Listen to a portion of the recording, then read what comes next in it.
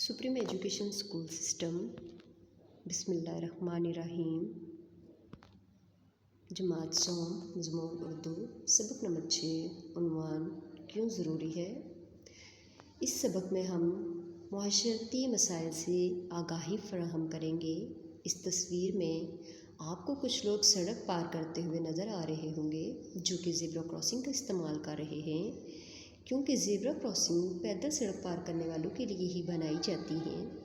और सड़क पर कुछ लाइट्स नज़र आ रही हैं। अगर सुर्ख बत्ती रोशन हो तो इसका मतलब है गाड़ियाँ रुक जाएं। पीली बत्ती रोशन होने का मतलब गाड़ियाँ रुकी रहें मगर चलने के लिए तैयार हो जाएं। इसी तरह सब्ज़ बत्ती रोशन हो तो गाड़ियाँ गुजर सकती हैं। बाज़ औक़ात लोग जल्दबाजी का मुज़ाहरा करते हैं और पीली बत्ती ऑन होते ही लोग गाड़ियाँ चलाना शुरू कर देते हैं, जिससे बहुत से हादसात का शिकार हो जाते हैं।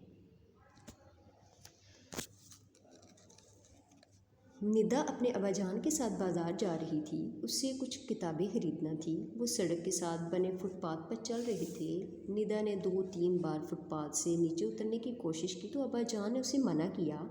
उन्होंने कहा, नहीं बेटा, सड़क पर चलना ठीक नहीं।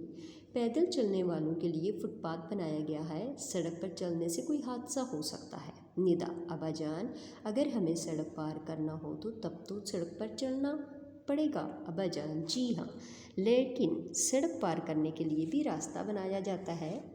तुमने सड़क पर स्याह और सफ़ेद पट्टियों की कतार तो देखी होगी, उसे ज़ेब्रा क्रॉसिंग कहते हैं। पैदल चलने वालों को सड़क वहीं से पार करना चाहिए।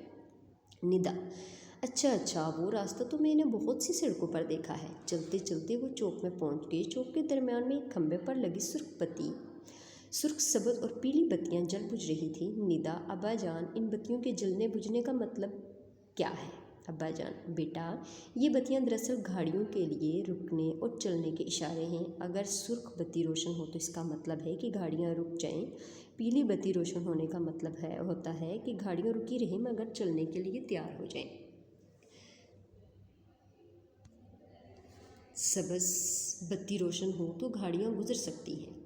बाज़ औक़ात लोग जल्दबाज़ी का मुज़ाहरा करते हैं। जैसे ही पीली बत्ती रोशन होती है तो वो तेज़ी से निकलने की कोशिश करते हैं। इस कोशिश में गाड़ियों के टकराने से कई हादसात हो जाते हैं। इनमें लोग ज़ख्मी हो जाते हैं। इसलिए कानून का एहतराम हम सब के लिए ज़रूरी है। निदा, अब्बाजान, ये कानून कौन बनाता है? अब्बाजान, कानून हुकूमत बनाती है। पुलिस, अदालतें और इंतज़ामिया इन कवानीन को नाफिज करने में मदद देते हैं। ये सब इदारे कानून नाफिज करने वाले इदारे कहलाते हैं। पुलिस लोगों को लड़ाई झगड़े से रोकती है, चोरों और डाकुओं को गिरफ्तार करती है। अदालतें लोगों को इंसाफ मुहैया करती हैं।